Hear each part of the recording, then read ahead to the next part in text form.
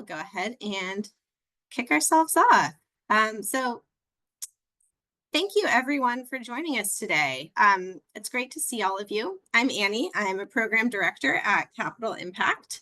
And I am also the research and strategy lead for the Sacramento K-16 Collaborative.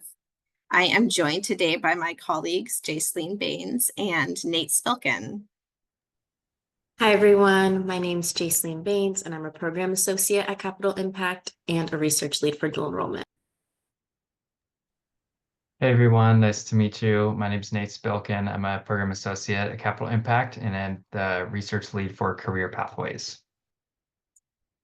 And we would love to know and see who else we have in the Zoom room with us as well today, too. So if you could please just take a moment and drop in the chat, and I'm putting the directions up here for you.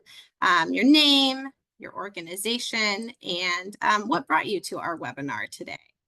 So yeah, would love to give everybody a moment to say hello. So starting with today's webinar and continuing with the next in our series in a couple of weeks, we're going to be sharing some stories, some themes, and some recommendations that are arising from a 6-month stakeholder engagement initiative that we've undertaken with the 8-county Sacramento K-16 Collaborative region. We will have some time for questions and discussion at different set points throughout today's program. But please feel free to put your questions, comments, considerations, or reactions in the chat as well as they occur to you. And then we will address all of your comments and questions during our different moments that we've set aside for pause and reflection and Q&A. Before we begin, I would like to just give a little bit of context for our presentation. So please humor me in a little bit of table setting. I have been involved with the Sacramento K-16 Collaborative since we were first awarded grant funding in June of 2022. But before that, I was a classroom teacher for 13 years. And at one of my previous schools where I worked, we had an agreement that we put front and center at each of our staff meetings to ground our conversation. That agreement was every student is all of our student. And I think the same thing goes for the Sacramento K-16 Collaborative. Our success as a whole must be measured by the success of every student. That's the foundational truth that undergirds all of the work that we do. We come together as a collaborative to build supports and pathways across the full K-16 spectrum. Because the high school student who is taking a dual enrollment class in medical terminology will go on to become the Avenue M student at UC Davis, and we hope eventually the doctor that is treating our community. You might know that one of our proudest accomplishments as a collaborative is our data sharing agreement. And we knew pretty early on that this was an important legacy that we wanted to be able to leave the region. However, our work group chairs of the collaborative also recognized that quantitative data on its own doesn't tell a full story. We need qualitative data to help us to understand the voices and stories of student experiences in our region. And this research effort is an attempt to complete that portrait.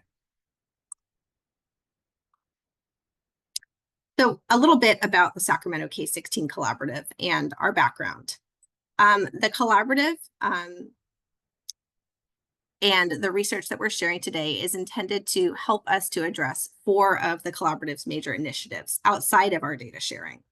Those are expanding career pathways, expanding dual enrollment, strengthening supports for our priority student populations, and streamlining transfer pathways. So today, we're going to be focusing on the first 2 of those initiatives, career pathways and dual enrollment.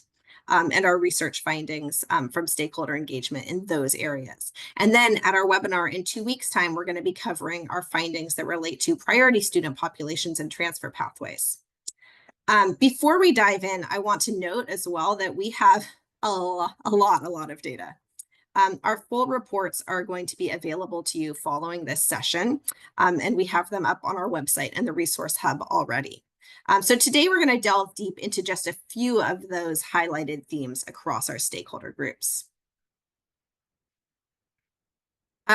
This research is the culmination of a 3-phase research cycle. The findings from our stakeholder engagement that we're sharing today are actually the outcome of a process that began last winter. Beginning last winter, we conducted landscape analyses for each of the 4 different priority initiatives that I just named. And all of those landscape analyses are available on our website's resource hub, which we will drop in the chat to you right now. The landscape analyses that we conducted helped us to identify areas of need for the Sacramento K-16 Collaborative. And those areas of need that we found led us to a best practices literature review we conducted that gathered wisdom around best practices from other initiatives around the state and the nation. And all of those literature reviews for each of our work groups across our different initiatives are also available on our website in the resource hub. So then finally, after we completed those literature reviews, we worked with our collaborative members to articulate the questions that they still had. And those questions are what we attempted to answer through the series of conversations that we had with students, families, educators, and employers. So there were 4 different target outcomes of our stakeholder engagement. The findings are intended to provide an understanding to all of you of the different success factors and barriers that students from our priority groups face, the existing assets and needs across our region, and then we hope that the information will lead to an increased capacity for program improvement to meet those needs of our region, and a better understanding as well of employers' needs across the region so that we can prepare learners for the workforce and for quality in-demand jobs. I'll go into a little bit of our methodology, but I'm not going to belabor like a line-by-line recitation for you of our research process. Simply, we worked with the work groups to define their questions. Then we developed and revised research protocols to help us to answer those questions. We held interviews across our region, and we analyzed the transcripts of those interviews for themes, which are what we're about to share today. On this slide, you can see all the different K-16 educational partners, and the stakeholders that we spoke with as part of this process were drawn from the partner entities of the collaborative. In total, we held conversations with people representing more than 20 different Sacramento K-16 partner entities over the course of this process. And that included students, parents, K-12 districts, community colleges, four-year colleges, and employers. So with that, I'm going to turn things over to my colleague, Jaceline, who is going to kick us off with a deep dive into what we have learned about dual enrollment in the greater Sacramento region. Yeah, next slide, please, Annie. So let's take a look at the stakeholder engagement findings regarding dual enrollment. Although dual enrollment has been offered for some time, it's still a relatively new program in many schools, especially as its popularity continues to grow. With this rise in interest, dual enrollment feels like the new kid on the block, learning how to fit alongside long-established programs like AP and CTE. We see that dual enrollment comes with its challenges, and there's no one-size-fits-all experience across school districts, nor will there likely ever be. However, there's a real opportunity to set clear parameters for what makes dual enrollment successful and to strengthen the relationships between school districts and community college districts. By working together, the collaborative can create a more consistent and supportive experience for students, no matter where they're enrolled. Next slide, please. So here's an overview of our dual enrollment survey findings. We surveyed over 10 staff members from 8 different K-12 school districts, and here's what we discovered. Next slide. 35% of dual enrollment courses were taught synchronously by a high school teacher. Meanwhile, 26% of courses were taken asynchronously on campus during school hours. 17% were taught synchronously by community college faculty, and 22% were completed asynchronously outside school hours by community college faculty. Students shared varying experiences based on how their courses were structured. One student reflected on the challenges of asynchronous learning, saying, quote, "I think it's really challenging, but in a good way.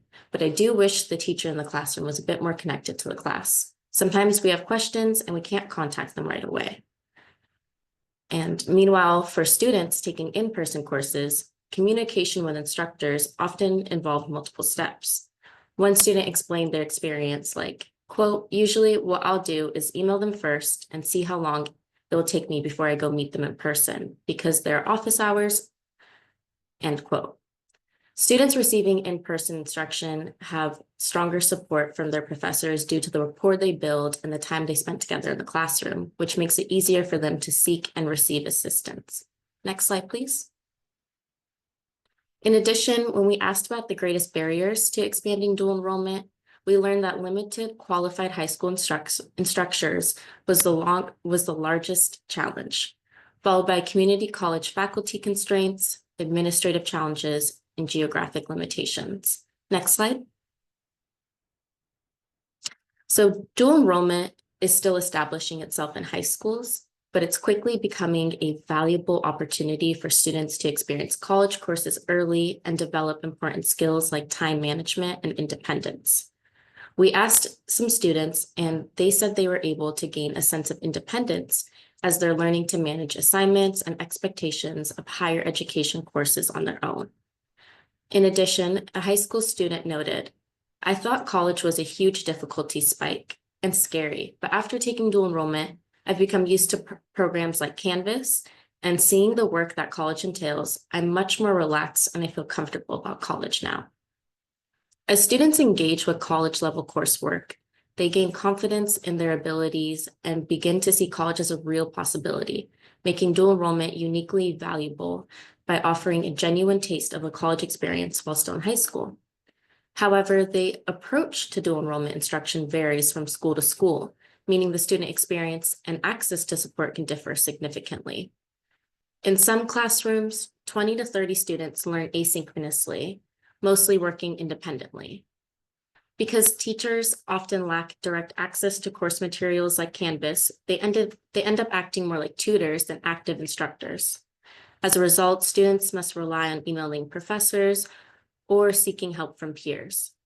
For those accustomed to in-class support, transitioning to college-level resources can be challenging, especially when they're unfamiliar with navigating office hours or asking for assistance. As one student put it, quote, "I feel like the college programs become more independent because the high schools kind of baby you a bit. So you have to push yourself to see where you're at and not having a constant reminder of the teachers telling you have to do this. You have to remind yourself to do it," end quote. This also presents an opportunity to develop more integrated support systems, ensuring a smoother transition for students who are losing the hands-on guidance they're accustomed to in high school. Next slide. Now, looking at the parents' opinions, parents and families appreciate the value dual enrollment brings by giving students the opportunity to earn college credits early and getting a head start on their college journey. However, the scheduling misalignment with college holiday breaks creates a concern. Since college breaks don't always align with high school schedules, parents fear that their kids might miss out on much-needed breaks, ultimately disrupting their youth and work-life balance. Through stronger partnerships and clearer communication between K-12 and community college staff, dual enrollment programs can be refined to better align with high school schedules without losing any of the invaluable benefits they offer students. Next slide.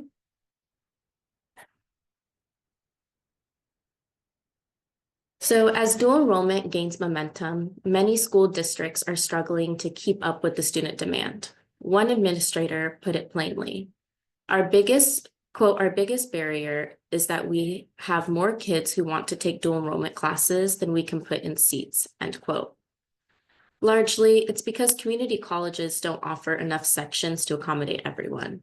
Compounding the issue is the limited pool of high school teachers who meet the necessary qualifications, making it tough for districts to fill the gaps themselves. Adding to these pressures is the issue of inconsistent and costly course materials.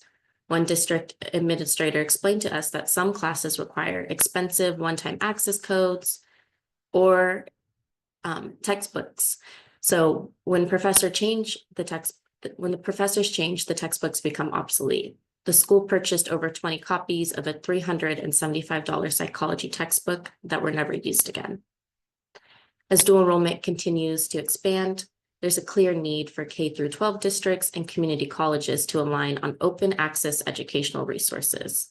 The dual enrollment work group is already prioritizing this, aiming to ease the financial strain on schools and ensure more students can benefit from early college opportunities. Next slide. So looking at the community college perspective, as dual enrollment continues to carve out its place alongside well-known programs like AP and CTE, community colleges see tremendous potential, but also recognize that there's more work to be done.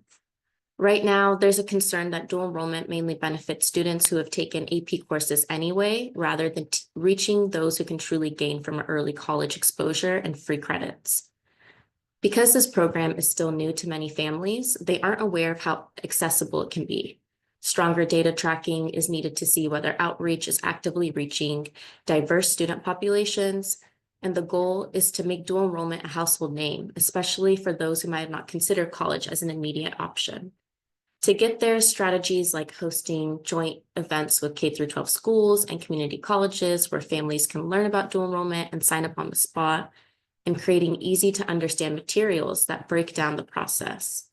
Trying to remove barriers tied to social impact, social capital, and institutional knowledge is key. Parents can't navigate a system they don't fully understand. By closing these gaps and spreading awareness, the collaborative can move closer to the goal of tripling the number of students graduating high school with freshman college credits by 2026. Next slide. So while conducting the focus groups, we spoke to many individuals throughout the 8-county region and learned of great best practices and programs happening around dual enrollment. Today, we'll share 2 promising practices happening within the Sacramento K-16 Collaborative. Through the Community Schools Initiative at Western Placer Unified School District, a steering committee was established in partnership with their local community college. This collaboration has strengthened connections between the 2 institutions and provided valuable insight into the resources needed to support dual enrollment students. By learning from the community college support model, Western Placer implemented a career technician role to provide direct, on-demand assistance to dual enrollment students. They also established a career center with drop-in hours, mirroring the flexibility and accessibility of community college services. The structure ensures that students receive the guidance and academic support necessary to navigate college coursework with confidence. Partnerships between K-12 schools and community colleges are essential for improving student experience and outcomes. Since both institutions share the goal of helping students succeed, it is imperative that staff from both systems dedicate time to collaboration, ensuring that students have the support they need to thrive in their academic journeys. Next, one of the biggest challenges in expanding dual enrollment opportunities is ensuring that there are enough qualified teachers to meet minimum credentialing requirements. At Wheatland Union High School District, they've taken an innovative approach to tackling this issue by offering financial incentives for teachers to pursue a master's degree in a specific subject area, rather than a general master's in education. Through a collaborative agreement with their teachers' union, the district partially funds these advanced degrees, helping educators gain qualifications needed to teach college-level courses. In return, teachers commit to staying with the district for at least 5 years, with a structured repayment policy if they leave early. This strategic investment in teacher development not only helps expand dual enrollment opportunities, but also fosters long-term retention of highly qualified educators, strengthening the district's ability to support students in earning college credit while in high school. Next slide, please. Now that we've reviewed the stakeholder insights, it's clear that dual enrollment, despite being relatively new, has already made a significant impact. With further growth and collaboration, it has potential to help even more California students reach their academic goals. Now let's explore a few actionable recommendations to strengthen dual enrollment. First, there's a need to strengthen the relationships between K-12 districts and community colleges. Clear communication channels and well-defined agreements like MOUs can help both sides align their goals, plan course offerings effectively, and share resources. This kind of collaboration makes it easier to accommodate growing student demand and ensures that the program runs smoothly for everyone involved. Next, providing a structured orientation for students and family is critical. Many newcomers to dual enrollment aren't sure what to expect, especially if courses are online. By offering clear guidance on course requirements, time management, and available support services, students can end up feeling more prepared and confident from day one. Additionally, joint advising with community college and K-12 staff, both in attendance, can help be beneficial, especially with helping families and students sign up for dual enrollment. Third, dual enrollment opportunities should connect to career pathways. When students see how their courses align with future job prospects or degree programs, it boosts their motivation and helps them make more informed decisions. Tying in CTE or workforce-focused classes can also help students explore different industries and develop practical skills before they graduate. Finally, it's essential to address equity gaps head-on. Right now, dual enrollment can unintentionally favor students who already have academic or social advantages. By targeting outreach efforts to underrepresented groups, removing financial barriers, and ensuring all students have access to the same resources, we can make dual enrollment a truly inclusive pathway to college readiness. With these recommendations, we can help dual enrollment continue to grow and become a more seamless, accessible option for every high school student. Next slide, please. Now that we have looked at the stakeholder engagement findings and some actual recommendations for dual enrollment, does anyone have any questions or reactions to the research?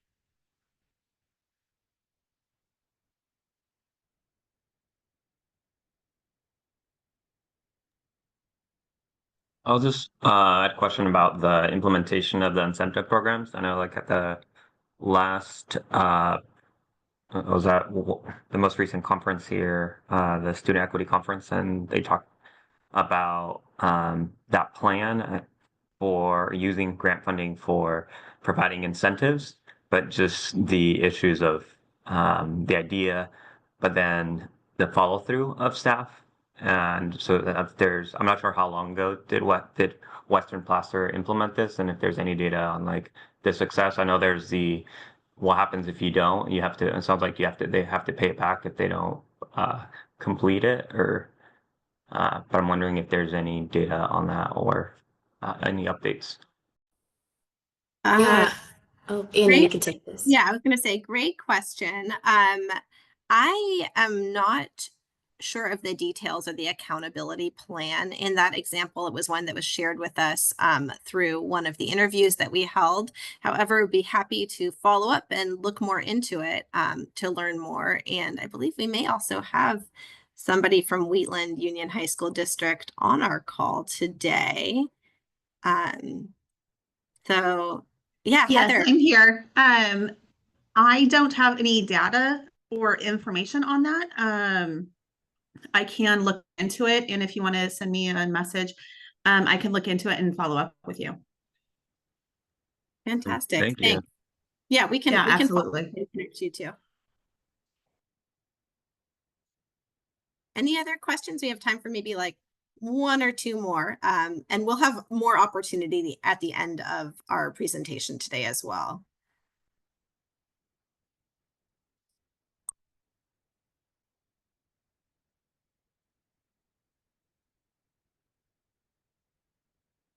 All right, with that, we are going to turn our focus over to career pathways, and I will turn things over to Nate to kick us off with career pathways.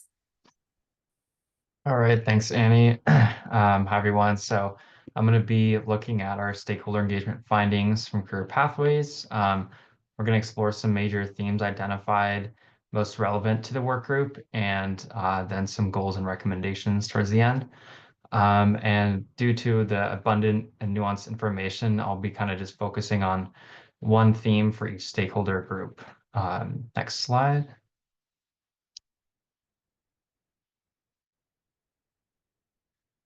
So first, looking at our stakeholders of K through 12 students, and if you want to click one more time. So first, looking at our student voices, the biggest theme or biggest takeaway from this group are barriers in counseling and career guidance.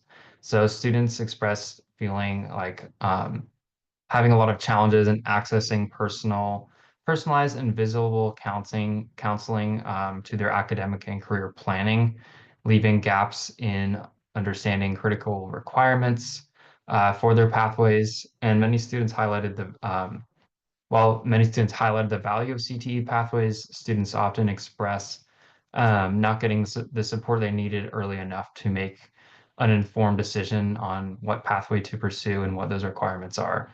One student expressed this really well, saying, quote, "You got a taste of such a small portion of these pathways that it wasn't really beneficial. We didn't learn enough to actually get into the class and figure out that this is what I would like to do." It was kind of more they threw you in there, and it felt like as soon as you were learning about it, they took you back out and we moved on to the next. So because of this kind of not having enough depth of information, oftentimes students think that a particular college or career track is too complicated or too late to pursue. So oftentimes they end up following the path of least resistance, missing out on great opportunities that they are unaware of. Additionally, dually enrolled students may not have the opportunity to be in career pathways because of scheduling conflicts and having to pick one over the other, or just not having enough seats available for CTE courses. And one recommendation to consider here is integrating college and career planning into curriculum, or creating rotating CTE elective schedules to try to get around scheduling constraints and offering more opportunity for students to get into those classes. Next slide. So moving on to the insights for K through 12 districts.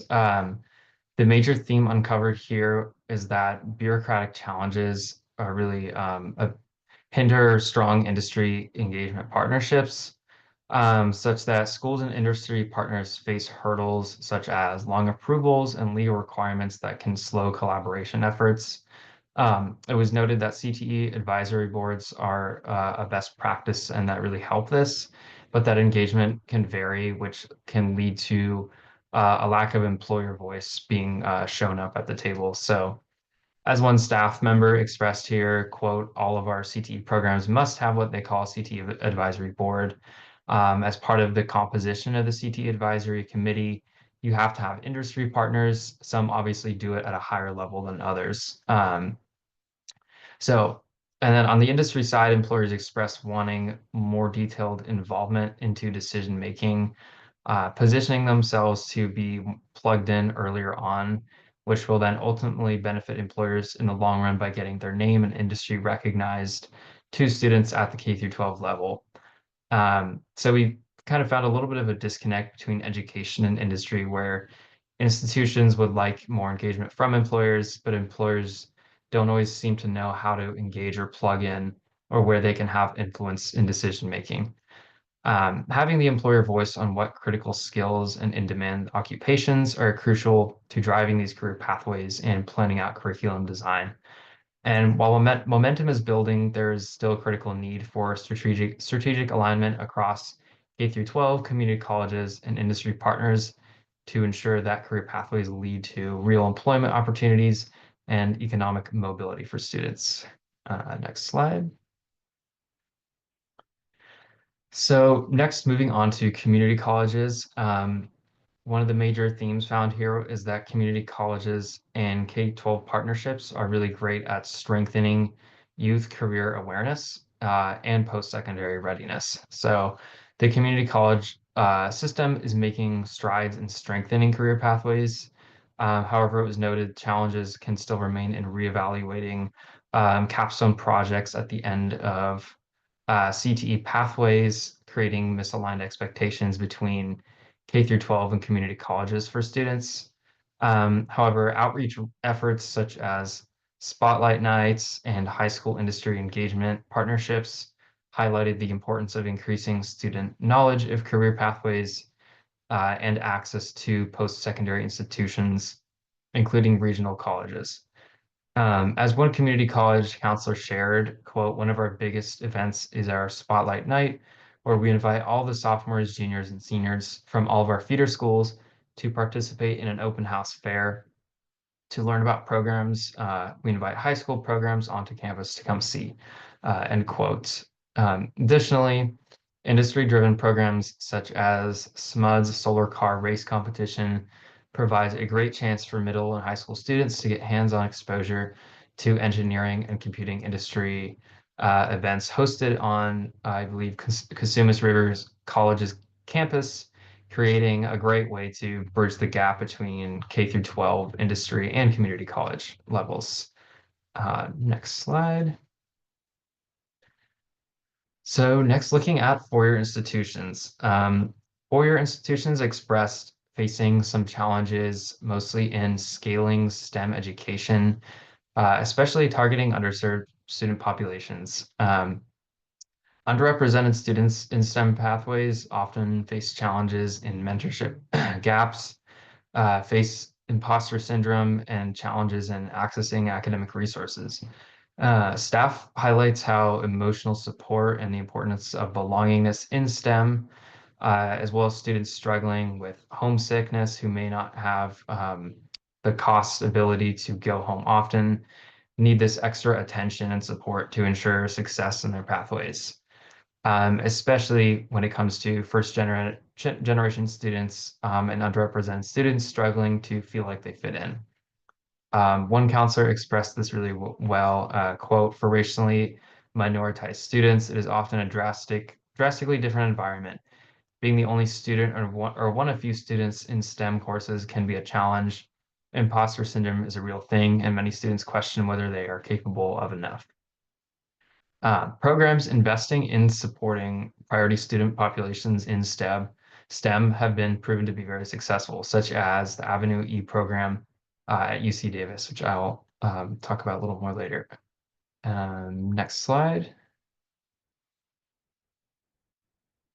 So moving on to engineering and computing employers. The major theme uncovered for this stakeholder group was that engineering workforce training primarily focuses on entry-level roles, and there's still a need to expand development for middle skill talents. While strong training programs and regional partnerships exist, they primarily focus on these entry-level roles. And employers highlighted with the growing demand for senior to mid-level talent or mid to senior level talent, particularly with tech advancements such as AI, employers are looking for initiatives that can train and upskill entry and mid-level upskill entry and mid-level talent to have dynamic skill sets that adapt to quickly changing technology.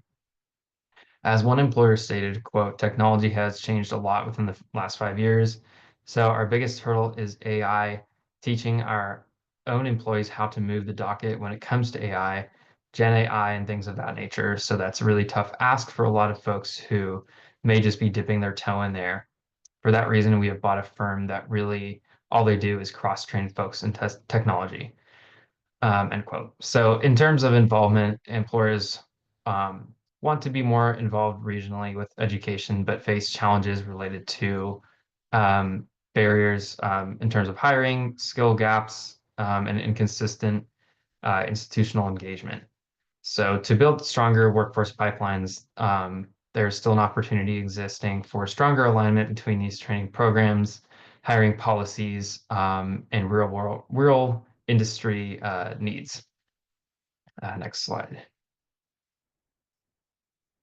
When it comes to healthcare, employers express a need to be more actively involved in curriculum development to verify that healthcare education programs are aligned with workforce demands and can commit to providing clinical placement for students. Employers reported that outdated curricula leads to non-workforce ready graduates. As one employer stated, quote, "You need to have the clinical professional as a part to the program always, and not only a partner, but they have to be able to look at the curriculum. They have to be able to be a part of decision-making abilities, and then they also have to commit on the employer side. We have to commit to you." So programs like KP Launch and Oakmont Health Career Academy offer great examples of structured internships and clinical rotations that students allow students to explore healthcare roles while getting that job experience. Expanding these opportunities to ensure that students enter the workforce prepared for patient care and operational demands upon degree completion is a crucial recommendation. So some of these well-established programs only accept a certain number of students, limiting the widespread access, limiting not all students having ability to access these crucial hands-on experience needed in healthcare especially. And with the growing demand for healthcare workers, there is a need to find creative ways to expand capacity and career exposure to students, such as innovative ways like using VR, having smaller clinics and intermediaries, or having community-based organizations that can provide this programming. Next slide. So now looking at a pretty major cross-cutting theme found across all stakeholder groups, K through 12, community colleges, foyers, and employers, is that employer education partnerships are critical for career pathway success. There's a need expressed by all stakeholders to have employers be at the table earlier, having more boots on the ground, industry folks at institutions, as well as employer administrative decision-making ability to for curriculum design and the creation of strong work-based learning models. Historically, education and industry have struggled to collaborate meaningfully due to primarily lack of clear roles. One way in which this has been successfully addressed, not just in the region, but around the nation, is the usage of talent pipeline management as an effective model for providing guidance and responsibilities for collaboration and forecasting skill gaps to prepare the future of workforce. Next slide. So next, I would like to share a few promising practices happening around the region among the career pathways K-16 landscape. The first example to highlight is the Barton Regional Hospital Pathway Partnership with Lake Tahoe Community College. At this program, students are prepared to perform a variety of clinical duties in various skilled medical and nursing facility environments. They get hands-on learning opportunities, and the program meets the training requirements for specific roles like the nationally certified medical assistant role. This is especially important for smaller, more rural student populations who may have limited exposure or access to these kinds of hands-on learning opportunities.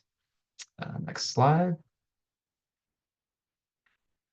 Another promising practice touched on by various stakeholders is UC Davis's Avenue E program, a one-stop shop for wraparound services, including tutoring, mentorship, internship opportunities, scholarship awards, and career exposure for students interested in transferring from regional community colleges to UC Davis. Avenue E is a successful roadmap for students interested in a future career in engineering and computer science that provides wonderful support services and can be well modeled to use for other career pathways. Next slide.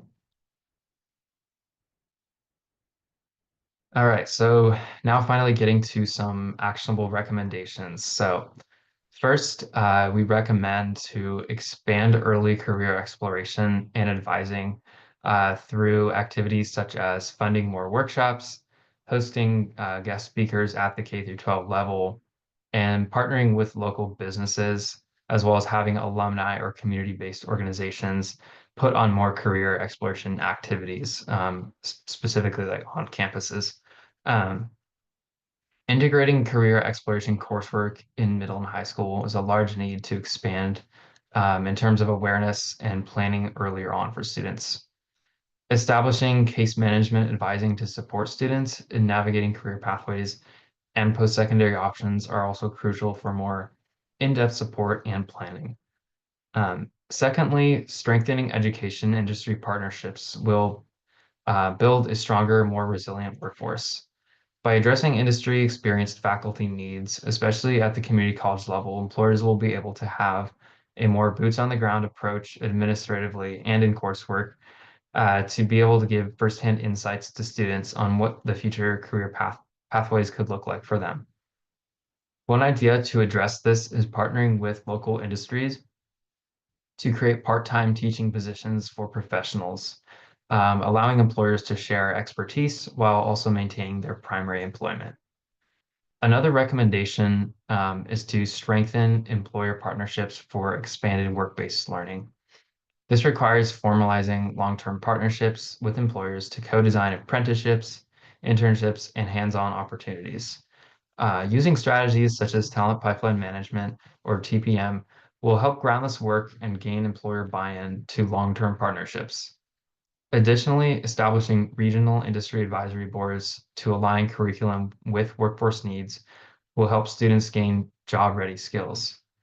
Lastly, it is recommended to continue to support and expand STEM career pathways accessibility for underrepresented students, addressing barriers such as transportation, technology access, and scheduling conflicts that limit student participation in career-connected learning will help give students these supports. Developing targeted outreach and mentorship programs for Latinx, low-income, and first-generation students in high-demand industries such as engineering and healthcare is crucial for addressing the goals of this collaborative. Next slide. And so now we're going to pause for some questions and reflections around career pathways.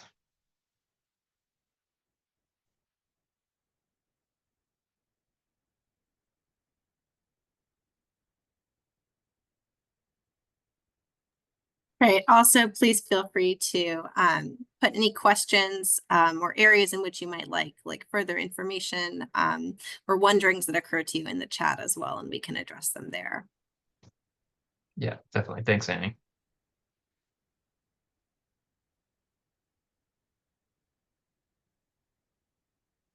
All right, we will have more time at the very end. So, keep thinking on it and drop things in the chat as we continue, and we will circle back and have some time in a little bit as well.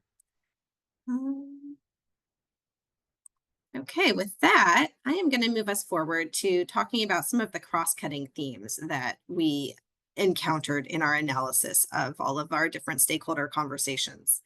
So while we've looked at the initiatives of dual enrollment and career pathways separately, many of the points that were brought up in our conversations apply across the spectrum.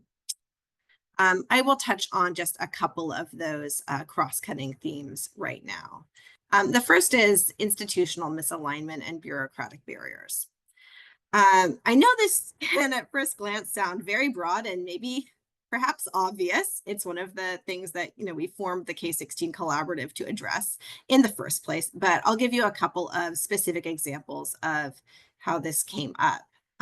So in dual enrollment, we learned that the enrollment process for students, like high school students, to enroll in their college classes is different across not just college districts across the region have different processes, but even sometimes colleges within the same district. And so K-12 counselors struggle to support their students in helping their students to enroll in dual enrollment classes when the process is different for each individual institution.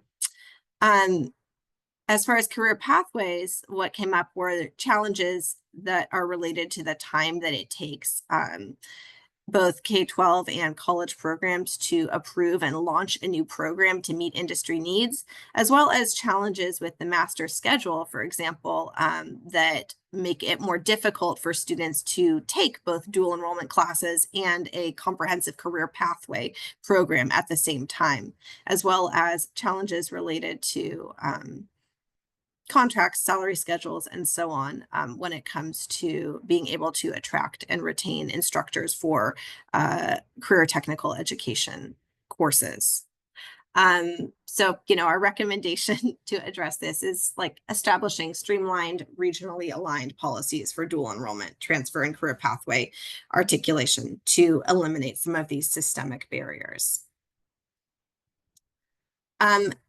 The next theme that I will speak to today, and you can see that I started with theme 1 and this is theme 4. So there's a couple in between. And if you read our full report, you will get a chance to dive into the other two. But the next one is employer education alignment and career readiness gaps. The challenge being that despite having strong workforce partnerships, there's still a disconnect between academic programs and employer expectations, which can limit student preparedness for high demand industries. So how this shows up then for dual enrollment. Most of the dual enrollment programs in our region focus on transfer pathways and preparing, helping students to take their courses that they need for transfer credit like A through G, rather than career aligned CTE programs. And in our surveys and interviews, we found that there are very few opportunities for students to take career ed classes via dual enrollment. And then in the career pathways arena, some of the faculty limitations in STEM and healthcare are part of the reason for this lack of dual enrollment availability. Both on the K-12 side and the post-secondary side, there are not enough qualified instructors to make this coursework more widely available to students beyond the current population. So to address some of these challenges, we recommend working on strengthening our employer advisory boards, our industry-led curriculum development, and work-based learning opportunities to enhance career readiness. Now I want to move us from some of these insights to action. From our findings, we've crafted recommendations for each of the Sacramento K-16 Collaborative's 5 goals. These recommendations that we're about to make will take into account where the collaborative began when we first crafted our goals, as well as our progress to date as reported in our most recent state grant report. For each goal, we have identified a few immediate action items, so things that we can work on over the next 18 months till the end of the grant term, as well as we have some long-term recommendations for sustainability of our collaborative's progress beyond 2026. And today, I will focus on sharing the recommendations that are most pertinent to the career pathways and dual enrollment goals. So the second goal number 2 of the collaborative, is to triple the number of students graduating high school with the equivalent of the freshman year of college credits completed by 2026. Or triple the number of students who can graduate high school with freshman college credits by 2026. So we have a few immediate actions that we recommend. The first is to standardize dual enrollment policies. One way to do this is to create uniform guidelines for use within and across K-12 and community college districts to eliminate administrative barriers. Another recommendation is to work to expand dual enrollment pathways in CTE fields. So increasing offerings in STEM, healthcare, and the trades to align with regional workforce needs. And finally, to continue to address faculty shortages in dual enrollment, such as by providing financial incentives like tuition reimbursement for high school teachers to earn their master's credentials that are needed in order for them to teach dual enrollment courses. Then beyond the grant term for long-term sustainability, we recommend to expand the existing regional data sharing agreement beyond the pilot partners which will allow us to continue to track dual enrollment participation, identify equity gaps, and inform program improvements. We can leverage data insights to drive targeted outreach for dual enrollment, advocate for expanded course offerings, and strengthen credit articulation between K-12 community college and four-year institutions. Additionally, we will need a sustainable funding model for dual enrollment. Working to secure state and philanthropic funding can help to support ongoing faculty training and program expansion. And lastly, we can work on our institutional commitment to equity in dual enrollment. One suggested way to do this could be to work with our K-12 districts to embed data-driven dual enrollment equity goals in LCAP plans, which will help schools to hold themselves accountable for increasing access for priority student populations. Along these lines with our recommendations, I'd like to share a couple of accomplishments and opportunities, things that are already happening within our K-16 Collaborative to address these recommendations. One is that the dual enrollment work group, in collaboration with Career Ladders Project, has recently completed creation of a K-12 dual enrollment toolkit. This toolkit has examples of board policy language, dual enrollment MOUs, and lots of resources in it. And making that toolkit accessible to K-12 districts will help to address that recommendation of standardization and expanding best practices in dual enrollment policy. Additionally, our collaborative is making $5,000 stipends available to teachers to support them in pursuing discipline-specific master's degrees. As we do this, tracking the effectiveness of this initiative and sharing those best practices out will help us to advocate for sustained funding to continue to support this. Now I'd like to turn to our goal number 3 of the collaborative, which is to triple the number of students graduating from healthcare, engineering, and computing pathways that articulate to apprenticeships or post-secondary certificates and degrees by 2026. So we have a few recommendations of immediate actions to help us to get there. The first is to enhance employer partnerships for career exposure. Wherever possible, using the talent pipeline management framework can help us to align work-based learning, job shadowing, and apprenticeships with healthcare and engineering employers' priorities, requirements, and job descriptions. Secondly, we'll need to continue to work to address STEM faculty shortages. Partnerships between education institutions and industry professionals can help to create adjunct faculty pipelines for high-demand technical programs. And lastly, aligning K-12 coursework with industry standards. This means expanding A through G aligned CTE courses that feed into stackable credential programs in healthcare and engineering. As well as we should work to offer more prerequisite post-secondary classes in high school for those pathways. For long-term sustainability, our region will need to develop a regional healthcare and STEM talent pipeline strategy, formalizing our K-16 career pathways consortiums that include employers, education leaders, and workforce boards. We also recommend institutionalizing industry advisory boards. This will help to ensure long-term employer engagement in curriculum design and career-connected learning. And finally, expand funding for STEM and healthcare scholarships, establishing endowed scholarships and other public, private, and talent finance solutions that target students from underrepresented backgrounds in STEM and healthcare fields will help to continue to support our priority student populations. Along these lines, we do have a couple of accomplishments and opportunities already made. The K-16 Collaborative has funded allied health career programs that are in alignment with the Roseville Talent Pipeline Management Healthcare Collaborative's priorities and with employer partnership in that programming. So continuing to leverage that TPM data to build employer buy-in and co-designed solutions will be key.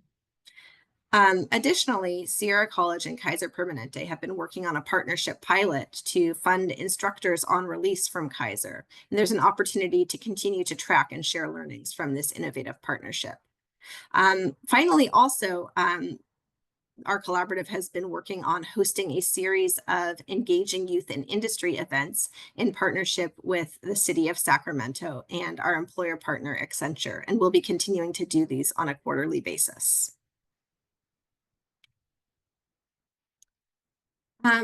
So in closing, I'd like to share a few reflections and next steps for our work.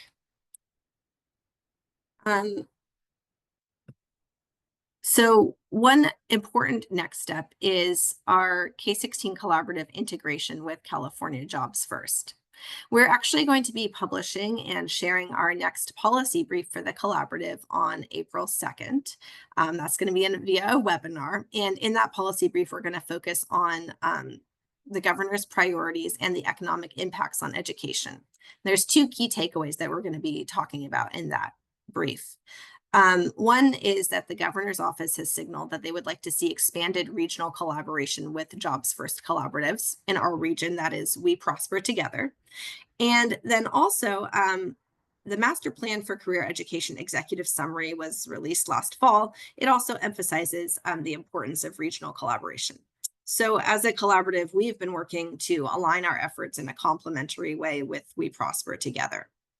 K-16 is all about advancing educational equity, while We Prosper Together, the Jobs First collaborative for our region, is about growing high quality jobs. And where we intersect is around increasing inclusive workforce pathways. So going forward, we urge partners to keep this in mind in all projects and K-16 initiatives. A little bit of timeline for next steps for our project and for the Sacramento K-16 Collaborative. We hope that the research findings that we're sharing today will help to launch a new cycle of collaboration, action planning, program improvement, and funding. Please use the findings and recommendations of this report to inform the next work plan of the collaborative and to prioritize funding, as well as design of projects and proposals. Links to the reports and materials today will all be found on the resource hub of the Sacramento K-16 Collaborative website, and we will share them out to you via email following this session. A few milestones that I want to note as well. The latest RFP for workgroup funds is now open and will stay open through May 8th. The deadlines for various proposals vary by workgroup, and you'll be able to find that on the Sacramento K-16 Collaborative website as well. We will be hosting a round 2 RFP for accelerator funds, which will close in mid-May. And then kicking off in July is our final year of the collaborative's grant term. So we will be working on completing a work plan for the last year, and we hope that you'll use our findings for action planning for that work plan as we move into the final year of our grant term.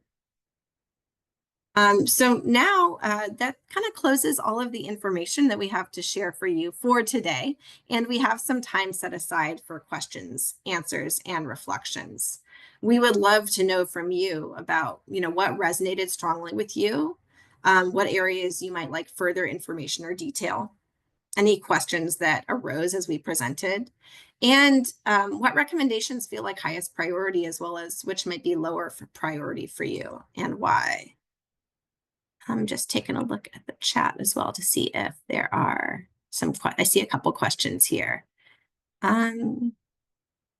Bianca had the question, can you expand on the local industry part-time teaching model? What could this look like? Any learned experiences there? Great question. So this is something that our collaborative is currently working on. One of the projects that was funded through accelerator funding just this past year was a collaboration and partnership between Kaiser Permanente and Sierra College. And as part of that model in this pilot, Kaiser would release practitioners, particularly like allied healthcare practitioners, part-time, so they could also serve part-time as adjunct instructors at Sierra College concurrently to their work at Kaiser. so that is like something that is still in the works and still in development, and we'd be happy to share back. I think that as it develops, there's going to be ample opportunity for sharing of like lessons learned, challenges, and best practices along the way. Let's see, any other questions that I missed in the chat here?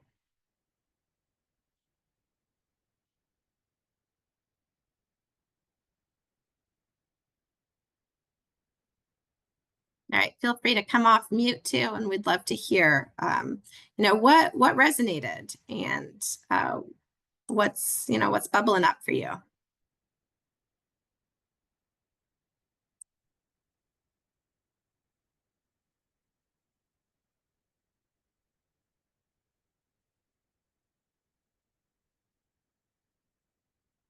All right. With that, I will drop my email address in the chat. You are welcome to reach out to me directly if you have any questions or would like further conversation or further resources from us as well. Moving us forward, I would like to say thank you, actually, first and foremost, to the work group chairs who have guided this process to us, and to all of those partners who participated in our research process. It has been a great undertaking, and truly a pleasure and honor to get to speak with all of you who participated in our focus groups and interviews, and your insights have been invaluable to all of us. I'm going to go ahead and drop the link to our resource hub for the K-16 Collaborative in the chat once more to all of you, so that you have access to it. Our reports that we shared today are up there in the resource hub, as well as our past landscape analyses and best practices literature reviews. Following today's session, we will also send out our recording and materials in a follow-up email, as well as a survey that we hope you'll take the time to respond to, just letting us know what was useful from today's session, where you might have liked more information, and what could be improved. We hope you will also join us for our next webinar in a couple of weeks. The next webinar, we're going to be continuing to share our stakeholder engagement findings, and those ones are going to focus next week, in 2 weeks, on priority student populations as well as transfer pathways. So there is the link to that webinar and the signups or registration in the chat for you. It's also available on the K-16 Collaborative website. And with that, I will close out our session. And I'll hang on for a couple minutes in case anybody would like to chat or has any further questions that they want to address in a smaller group setting. Thank you.